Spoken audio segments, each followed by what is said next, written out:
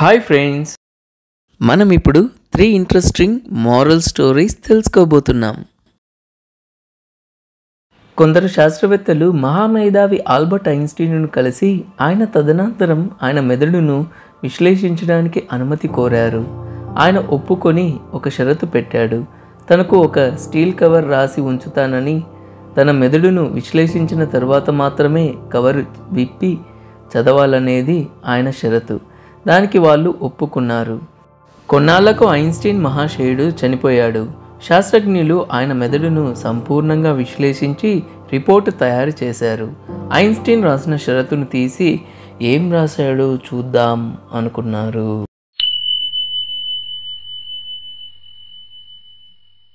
అందులో ఏముందంటే, మీరు నా మెదడును పరిశీలించారు కదా, అందులో అందరిలాగానే నా మెదడులో కూడా 9 బిలియన్ల కణాలు ఉన్నాయి.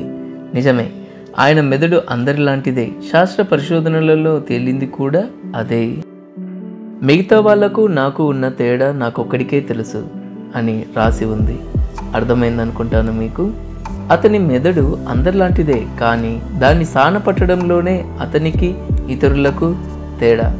మనిషి జీనియస్ కావడంలో 80% చెమటోడ్చడం అంటే కృషి, పట్టుదల, లక్ష్యం పట్ల దీక్ష వంటివి.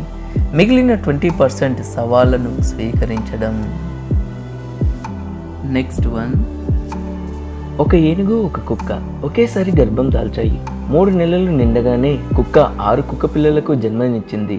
6 నెలల తర్వాత కుక్క మళ్ళీ గర్భం దాల్చింది. 9 నెలలు పూర్తయ్యేసరికి ఇంకో 1/2 డజన్ పిల్లలను కనింది.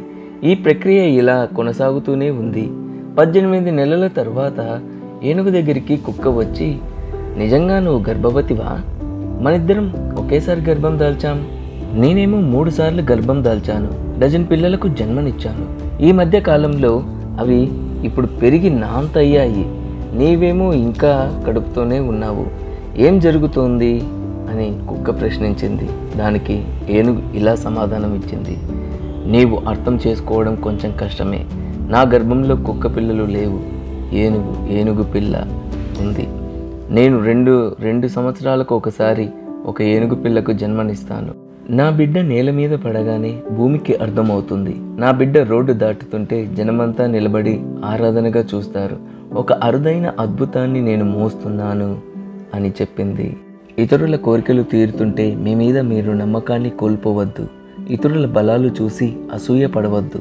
మీ కలలు నిజం కాలేదని అసహనం వద్దు. నిరాశ అసలే వద్దు.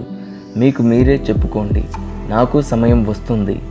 నా కలలు నిజమైనప్పుడు ప్రజలు ఆరాధనతో నన్ను కూడా ఆహ్వానిస్తారు అని. Next one. రైతు కొత్త బోన్ తీసుకురావడం కలుగులోంచి ఎలక చూసింది. బెదిరిపోయి పెరట్లోకి పోయి కోడితో ఇలా చెప్పింది, రైతు కొత్త బోన్ తీసుకొచ్చాడు అని. దానికి కోడి ఇలా చెప్పింది, నువ్వు భయపడాల్సిన విషయం ఉంది, కానీ నేను భయపడాల్సిన అవసరం లేదు, పో అని చెప్పింది. ఇక ఎలుక మేక వైపు చూసింది. మేక కూడా అయ్యో పాపం, నేనేం సహాయం చేయగలను అని సానుభూతిగా అంది. ఇక చివరికి ఆవు కూడా నువ్వు జాగ్రత్తగా ఉండు అని జాలిగా చెప్పింది. ఇక ఎలుక ఏం చేయలేక కలుగులో నిస్సహాయంగా కూర్చుంది. ఆ రోజు రాత్రి ఎలుక బోన్లో ఏదో పడ్డ శబ్దం వచ్చింది. రైతు భార్య చూడ్డానికి వచ్చింది. చీకట్లో ఒక పాము తోక బోన్లో చిక్కుకుంది. ఆ పాము రైతు భార్యను కాటేసింది. రైతు భార్యను హాస్పిటల్కు తీసుకెళ్లారు. ఇంటికి వచ్చేసరికి రైతు భార్యకు బాగా జ్వరం వచ్చింది. కోడి పులుసు పెడితే జ్వరం తగ్గుతుందని ఎవరో చెప్పారు. కోడిని కోసి పులుసు వండి పెట్టారు. అయినా రైతు భార్య చనిపోయింది. బంధువులు చూడడానికి వచ్చారు. వాళ్లకు భోజనాలు పెట్టడానికి మేకను కోసి వండారు. రైతు తన భార్య కర్మకాండలకు డబ్బులు లేక ఉన్న ఆవును అమ్మి బంధువులందరికీ భోజనాలు పెట్టారు. ఇదంతా కలుగులోంచి బాధగా చూసింది ఎలుక.